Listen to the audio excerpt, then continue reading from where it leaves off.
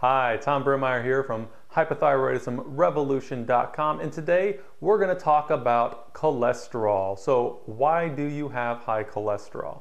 This is a very, very important topic, and we're actually going to explain why what everybody believes to be the truth. A lot of people think that you get high cholesterol from eating saturated fats. You get high cholesterol just because it's genetic. You know, it runs in your family. There's nothing you can do about it. Well, you know, that's just, it's not true. There's a lot that you can do about it, but you have to actually understand why you have high cholesterol in the first place, and then it will make a little bit more sense. So just to give you a little bit of history about cholesterol, in 1936, it was actually very well known that high cholesterol was just a sign, it was a symptom of hypothyroidism. So what they would do at the time is they would create or carry out what are called therapeutic trials. So if a patient came in, they didn't have fancy tests for thyroid function at that time. They didn't test for thyroid stimulating hormone, TSH, which is what every doctor uses today.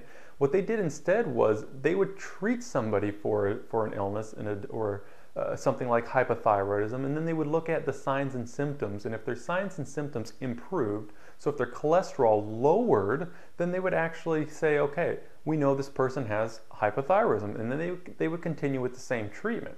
Well, it was well known at the time because they could measure cholesterol levels. It was well known at the time that cholesterol was a sign and symptom of hypothyroidism. You take somebody who was hypothyroid, they had high cholesterol. You treated them, you gave them thyroid hormone, whatever you needed to do to stimulate the thyroid, and their cholesterol naturally lowered. It was as easy as that. This is science, but I'm going to explain to you exactly why this occurs. And basically, cholesterol has really been demonized. People think that cholesterol causes heart disease, so everybody wants low cholesterol. But that's not really good. Cholesterol is actually very protective. It's a precursor to all of your protective steroid hormones. We're talking about pregnenolone, progesterone for women especially, in men, testosterone, DHEA.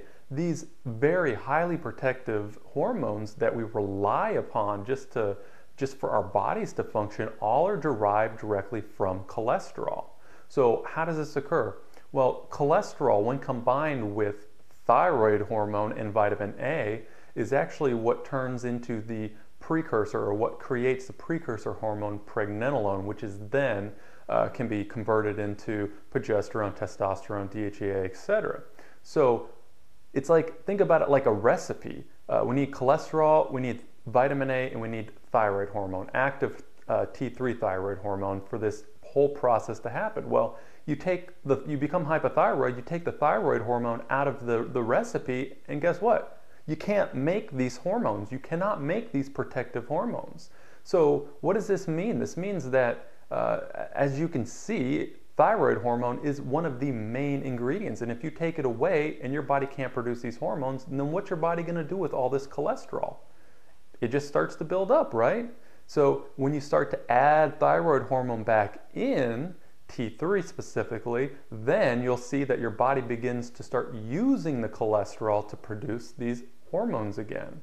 So it's really not a matter of cholesterol causing heart disease. It's not a matter of cholesterol being such a bad thing. It's just a sign, it's a symptom of thyroid dysfunction or lack of thyroid hormone.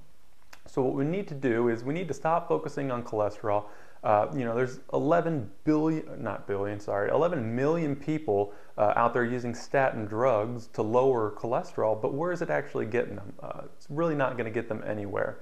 And people are starting to see that when we lower cholesterol, the outcomes are you know, it's not working out the way that they thought. It's not really preventing heart disease because it's not getting to the root of the problem. You know, they want you to believe it is, but when you start looking at independent research, you start seeing that it's really not. The independent research says that, you know, it's not preventing death from heart disease. Also, you're starting to see other diseases, muscle wasting diseases, neurological diseases, type 2 diabetes, all of these things, all these other problems are now on the rise because studies are showing that they're actually linked to lowering your cholesterol because you're not getting these hormones that you need now. When you start lowering your cholesterol, you're not going to be producing, you're going to produce even less of these hormones. So what we need to focus on is, if you have high cholesterol, stop trying to force it lower. What you need to do is you need to get your thyroid checked. Now, I'm not telling you to go get a thyroid lab, because to be honest with you, they don't give you the whole picture. They don't exactly tell you everything that's going on. If you want to know if you're hypothyroid, then simply get a thermometer, take your temperature throughout the day. Do it for a week. Take your temperature and your pulse. If your temperature is not getting anywhere near 98.6 degrees, unless you have to go run on a treadmill, if you're at rest and your temperature is not getting up to 98.6 degrees, then you are hypothyroid. Your cells are not producing energy. You are not getting thyroid hormone to your cells. So what you need to do then is start to think, well, what can I do about my thyroid? Improve your thyroid health, your cholesterol will lower naturally.